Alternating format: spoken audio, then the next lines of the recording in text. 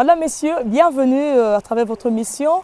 Nous vous amenons aujourd'hui dans la province de Mai-Ndombe. Ici, nous arrivons dans les villages de Ibali. Ibali est l'un des villages bénéficiaires de ce projet RED+, Mai-Ndombe, grâce à la société ERA Congo, qui est spécialisée dans la vente des crédits carbone. Alors, pourquoi on est là?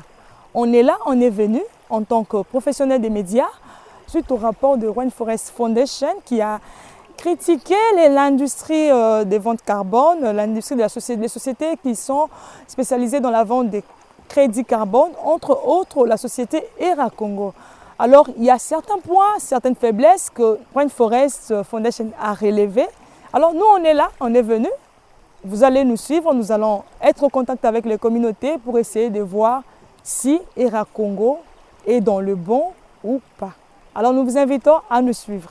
Soyez le bienvenu.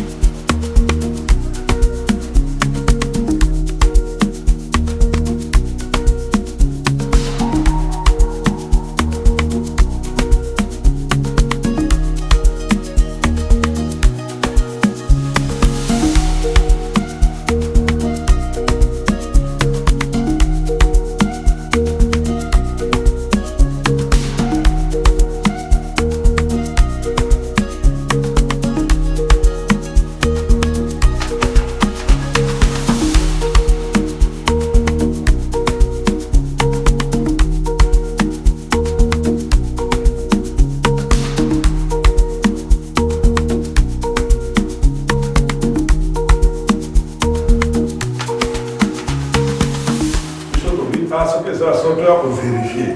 Tu dois vérifier pendant Yomoko. Sur au CP-là, pour répondre à la question, Moko, Oyo, Baninga, Babiso, Bautuna. Vous avez la question qui est dans votre rayon, vous avez le chef coutumier, il y a Moka Oyo et la Congo. Depuis que a développé un projet, bénéfice les tombes à vous avez dans la population et Batalia. Ok, merci mingi. Eza kaka bondenge botuninga era esali pe ndenge oyo basalaka. Era atongeli biso bâtiment oyo tofandi oyo école. Atongeli biso école. ERA Congo asali biso forage. ERA Congo asali biso wenze. Kaka na kati ya ERA azo supporter benseignant oyo bamosusu bazwaka mbongo na ligne ya l'État te. ERA azo supporter bango kofutaka bango mbongo. Si vous avez les alliés, souvent les alliés, parce que le rapport de la Kinshasa qui est la Congo, dans la réalisation, dans la réalisation, à la question. Nous avons le chef coutumier, nous avons avocat, nous avons pour nangai na sepeli ERA ezal parce que azo supporter bana ya 6e na bambongo ya ba examen d'état. Azo futa bango. Bapara mususu baza kokatana moyen te ya kosilisa mwana assis ata 6e mbongo ya dissertation ezate ERA azofuta mbongo ya exeta ezate ERA azofutela pe bango. Est-ce que ERA Congo a pu servir nos comptes à sous-zamba te nos comptes à zamba te na nini ba pe kota kolia pour ça ndeni ERA pekisa biso zamba te. ERA pekisa biso zamba te. Ayepe kolakisa biso pe ndenge nini pe ya kotambwisa zamba. Bon, balakisi biso nde toza boye tam ya biso na bameki biso tembe nango babuti nango wana pardon balakisaki biso ndenge nini ya kobalola mabele balakisaki mpe biso ndenge nini ya kolona mpe biloko mosusu bamasango wana ndenge nini ya kokotisa yango na kati ya mabele. Est-ce que avant na ndenge nini to ba ko ko lia malamu bana lia malamu kala to banda balakisi bino babiloko wana kolia na bino ko ndenge nini yango kolia na biso ezali très bien kaka ndenge toliaka toujours na biso très bien ezate ke non ndenge era ye kubebisa ya biso kolia te.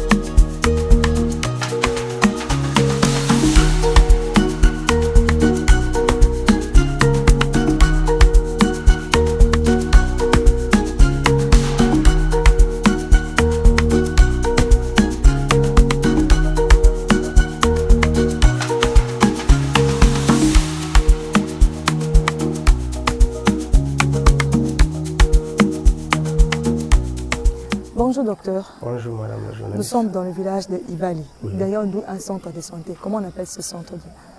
Le centre hospitalier d'Ibali, parce qu'il a été construit dans le village d'Ibali. Ok. Ouais. Alors vous êtes qui ici? Bien que vous êtes en tenue de médecin. Voilà. Moi, c'est le docteur Mvumbi Saint-Michel. Ok. Je suis le médecin directeur de ce centre. Alors ce centre est l'un de, je dirais, c'est parmi les projets de ERA Congo. C'est la société qui a construit pour le compte de la population. Ouais. Vous êtes médecin directeur. Ouais. Vous pouvez nous dire d'une manière globale comment est l'hôpital, l'équipement, comment? En fait, madame la journaliste, l'équipement est pas neuf et de dernière génération. Ah bon? Voilà. Bien que c'est dans un village. Voilà. Parce que la ERA s'était suffisamment investie pour ça. Ok. Nous avons pas mal d'automates.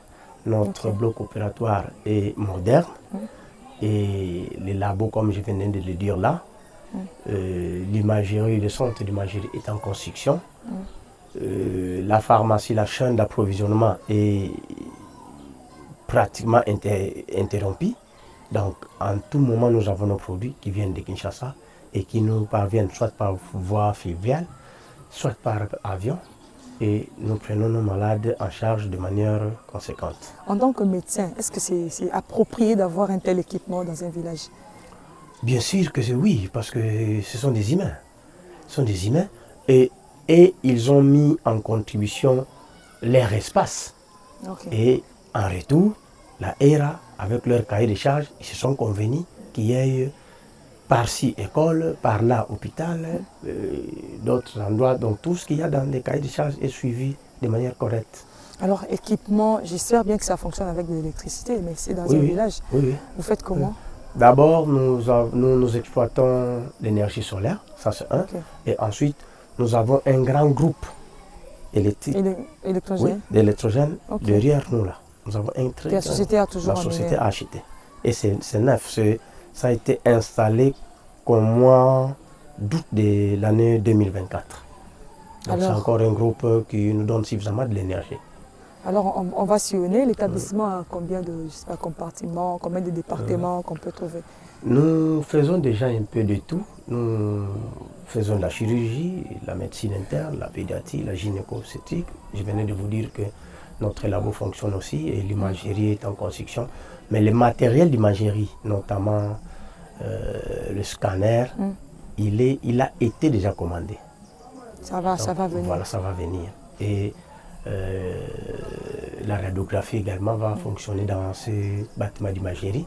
Donc Ok. je pense que nous sommes en train d'évoluer à petits pas, mais sûrement.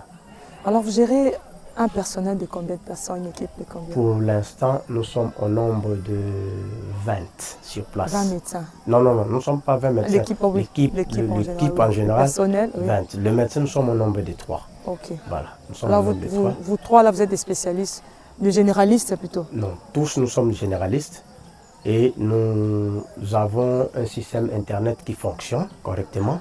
Pour les cas qui nous dépassent, nous avons un relais à Kinshasa Ah bon? avec qui nous travaillons. S'il y a un Ok. problème, on s'est refait à Kinshasa et puis nous avons des résultats. Alors, parlez un peu du terme organisationnel, parce que vous êtes médecin directeur. C'est comment le soin, ça se donne comment? Et quand le malade vient, ça se passe comment? Pour vous le dire, le soin s'octroie gratuitement ici. Peu importe la maladie. Peu importe la maladie. Depuis Ok. l'arrivée du patient jusqu'à sa sortie. Ok. Donc, j'ai hâte de vous dire que tous ces riverains ici viennent se faire soigner. Tous ces riverains de tous les villages qu'il y a aux environs ici viennent se faire soigner chez nous ici. Ok. Et déjà à l'arrivée, on vous reçoit à la réception, on vous dirige chez le médecin. Après la consultation, s'il faut... Moyennant rien. Non, moyennant rien. Tout est pris en charge par la ERA Congo. Ok. Tout est pris en charge par la ERA Congo. Ok. Les interventions, l'hospitalisation, les produits pharmaceutiques, Ah bon? tout ce qu'il y a, c'est la ERA. Même quand il y a un malade qui est interné et tout. Tout, c'est la ERA. Donc, ce qu'on ne donne pas seulement, c'est seulement à manger. Ok. Là, peut-être qu'on ne donne pas à manger aux gens, mais le soin, on le donne de manière gratuite. Ok. Et la pharmacie fonctionne correctement, les laboratoires également. Et nous, en tant que médecins, s'il faut opérer, on opère, on est là. Gratuitement. Gratuitement en tout cas. Ce qui nous dépasse, par exemple, je l'ai dit tout à l'heure là, il y a un enfant qui a été pris en charge à l'hôpital Saint-Joseph de Kinshasa parce qu'il a perdu un œil ici pendant Ici, qu'il dans le jouait. village, ok. Oui, pendant qu'il jouait avec un de ses amis. On lui a planté quelque chose à l'oreille, il a perdu cet œil-là et on a transféré cet enfant-là à Kinshasa avec sa famille pour les soins et il est revenu tranquillement. Nous avons... Qu'est-ce qui manque? Ça veut dire ce qui manque. Et puis vous avez relevé l'exemple de cet enfant-là. Ce n'était pas à votre niveau de soigner l'œil ici. Oui, bien sûr que nous n'avons pas un service d'ophtalmologie qui fonctionne correctement, où il y a des cas spécialisés, par exemple le cas de maxillofacial que nous envoyons à Kinshasa, les cas de neurochirurgie que nous ne pouvons pas prendre en charge directement ici, nous envoyons à Kinshasa. Ok. Je peux même vous dire que la fois passée, il y a un monsieur qui a été pris en charge chez qui l'entreprise a sorti pas moins de 8500 $ pour une intervention de neurochirurgie. Ah bon? Voilà. Et ça, c'est gratuit. C'est-à-dire qu'on prend un malade ici, on l'envoie à Kinshasa quand on ne peut pas y Et prendre la en personne charge. qui était malade, c'était un villageois? Oui, un villageois, quelqu'un de la communauté. Ah bon? Quelqu'un de la communauté. Et C'est-à-dire l'entreprise que a sorti autant d'argent autant d'argent pour ça. Donc, Ok. quand les autres critiquent que c'est quelque chose de superflu, moi je constate que c'est la malhonnêteté. Parce que les preuves sont là, les bâtiments sont là, et ceux qui travaillent sont là. Nous venons de Kinshasa. Nous venons pour travailler ici. Vous venez de Kinshasa et vous Kinshasa, avez accepté d'habiter le village. Voilà, nous sommes C'est que logés, vous vous payés. retrouvez bien aussi. Oui, on est là pour ça. On est payé, on est logé. On est là. Alors parmi les cas, on peut estimer, je ne sais pas, par jour, par semaine, vous recevez combien de cas de maladie, d'intervention? Ça varie parce qu'on est en plein forêt équatoriale, s'il faut le dire. Il y a par moment des pics, des paliers. Okay. Il n'y a pas très longtemps, nous venons d'évacuer les patients qu'on avait ici des monkeypox. Ils étaient au nombre pratiquement de 7. Ah bon? Donc ça varie, mais néanmoins par jour, nous recevons un bon nombre de patients parce que le riverain en soi, tous ces villages environnants, Ibali, viennent se faire soigner ici. Dans le cas d'épidémie, par exemple, là, vous évacuez ailleurs? Là, dans le cas d'épidémie, aussi, nous avons des tentes parce que si on est débordé avec nos lits, notre capacité d'accueil, nous avons des lits de réserve dans notre dépôt et Là, nous avons des tentes. Aussi. Voilà, nous avons aussi un dépôt. Nous avons des tentes pour ça. Et si nous dépassés, dire qu'on est dépassé depuis que je suis là, pas encore. Pas encore, mais on prend en charge ce qu'on peut. C'est des cas spécialisés, nous envoyons sur Kinshasa. Alors, je disais, par semaine, vous pouvez estimer. Par semaine, par en tout jour, cas, nous atteignons. Combien de malades par que vous semaine, recevez? sincèrement, nous atteignons pas moins de 70-80 malades par semaine. Wow. Par semaine. Et vous prenez en charge? Là, les ambulants, sans compter ceux qui sont hospitalisés pour des cas d'intervention ou des cas de paliers à suivre sur place ou des cas de transit intestinal qu'il faut suivre sur place. Voilà. Ok, merci docteur. Merci, je vous en prie.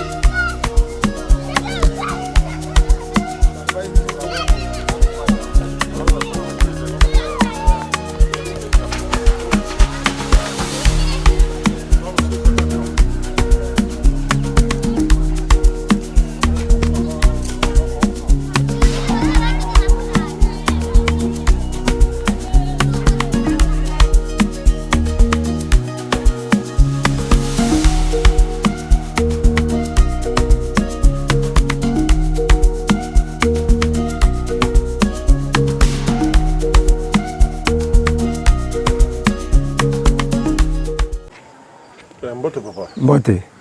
Papa, okoyebisa ngai toza na mboka nini? Et puis comme oza nani na mboka oyo? Ngai awa naloba nazali presque naza ayant droit. Malgré mpe nazali susu na kati ya CRD na membre ya CRD. Na CRD nazalaka trésorier.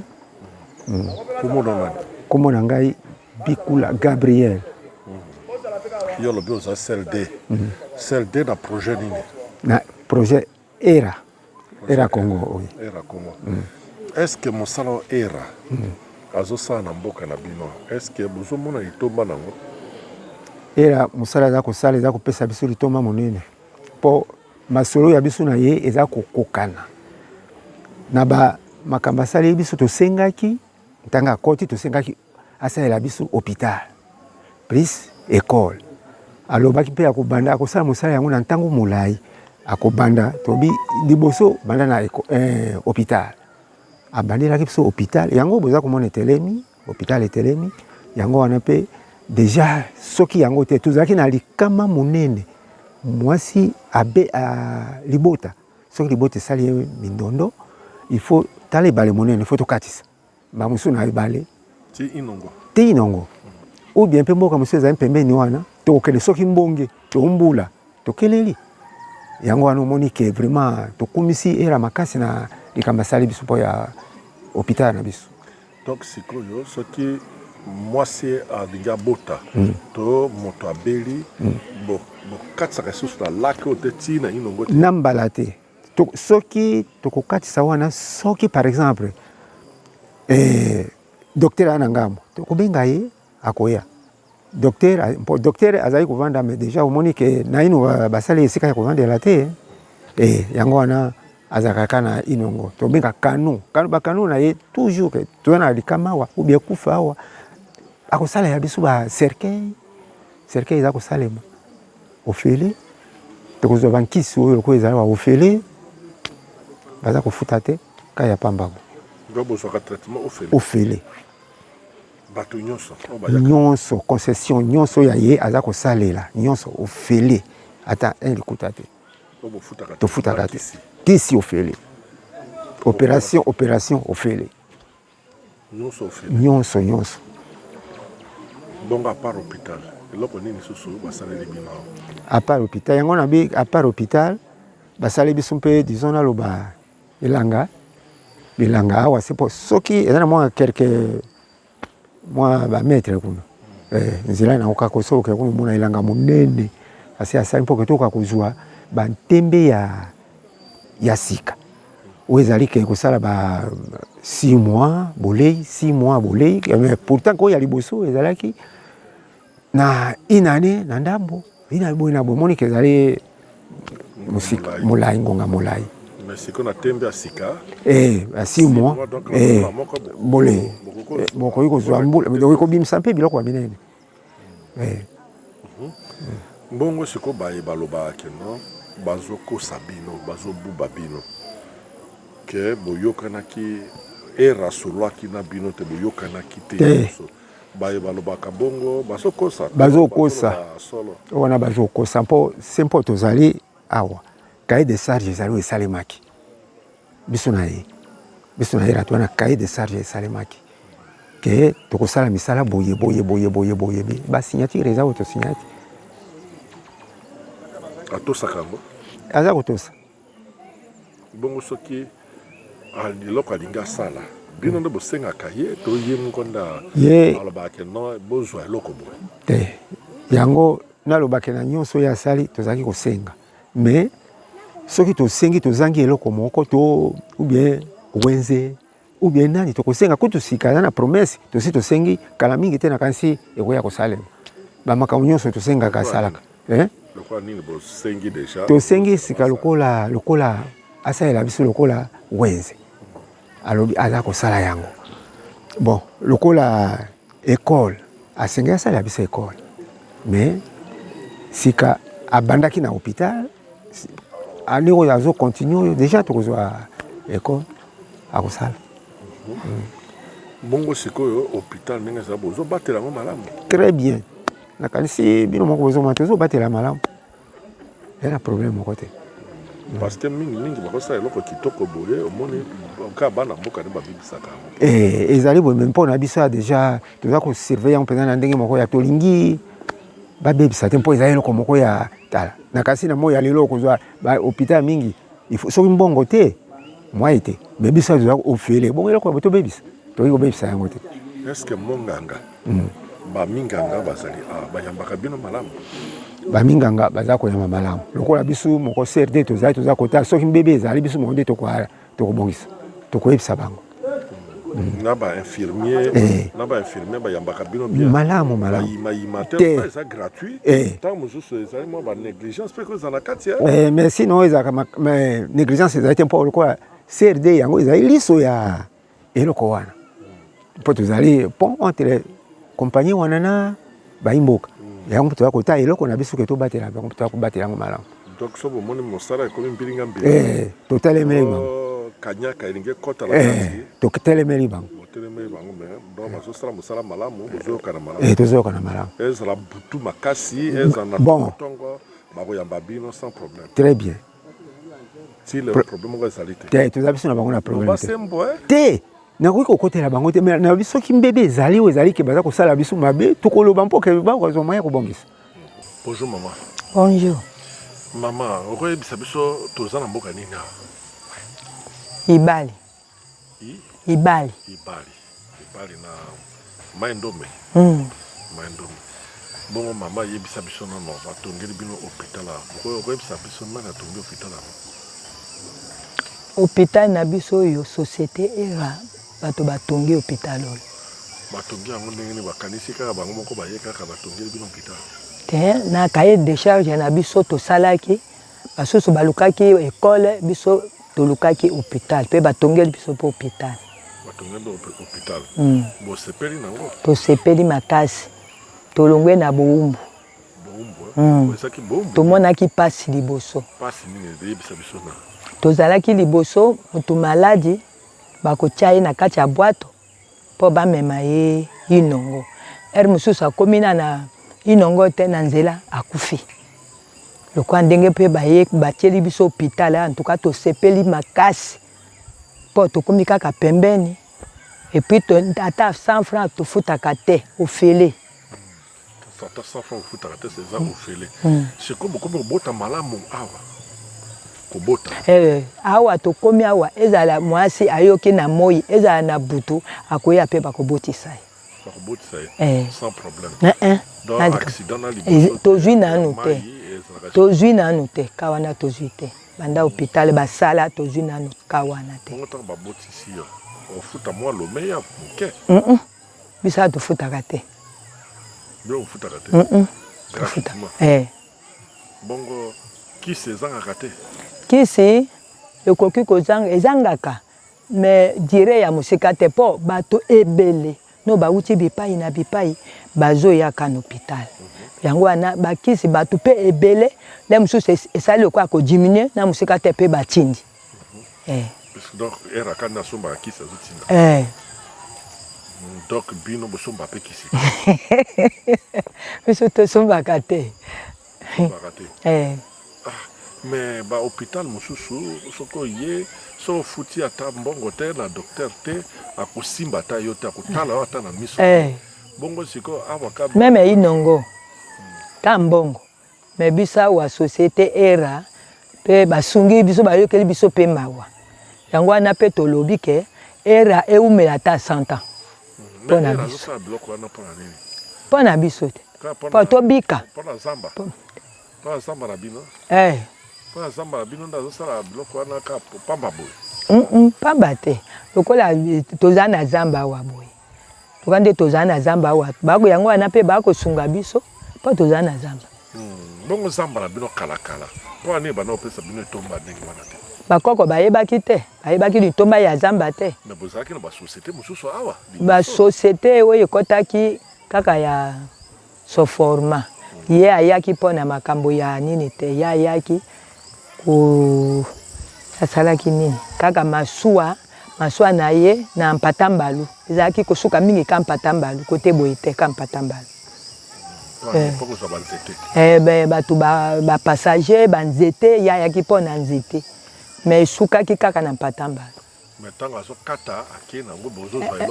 eloko malonga tozalaki komona na ntina tozalaki komona na komona te toyi kaka nani aye kozwa banzete amemi Kinshasa aye kozwa banzete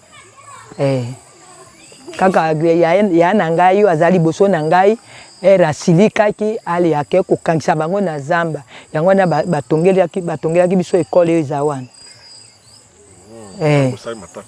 po tosalaki bakendaki bitumba babi bino bokozwa biso zoba biso bino baya kaka kozwa banzete bomemi bongo biso moko bakolo zamba yango mpe bayoki boye batongeli biso ekolo donc siko na era nde bozomona clair na zamba clair ya makasi yango tobi eumela po asungi biso makasi ezala ta kote ya bana examen d'état liboso ezalaki baparent mwana azosala examen d'état akoteka batole ne atia na ndako akoteka lopango mais lelo société era aye kosunga biso bapapa bamama basepeli makasi bana bazokende examen azotindela bango mbongo même bana classe pe asombela bango uniforme même lobi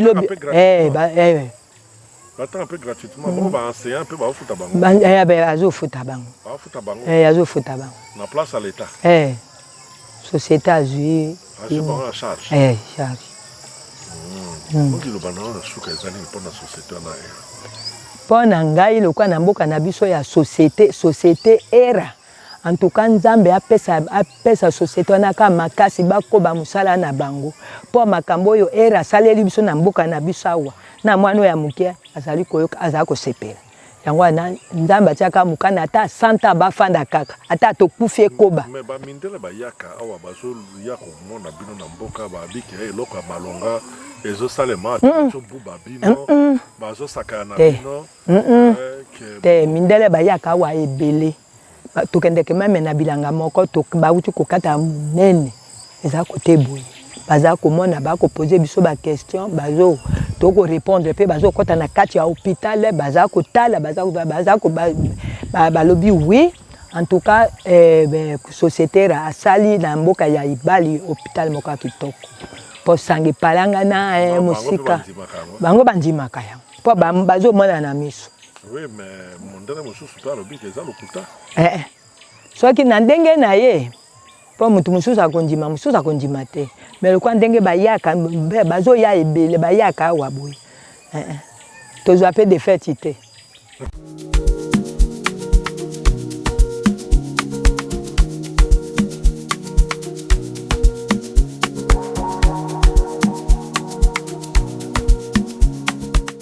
Merci de nous avoir captés depuis la province de Mai-Ndombe.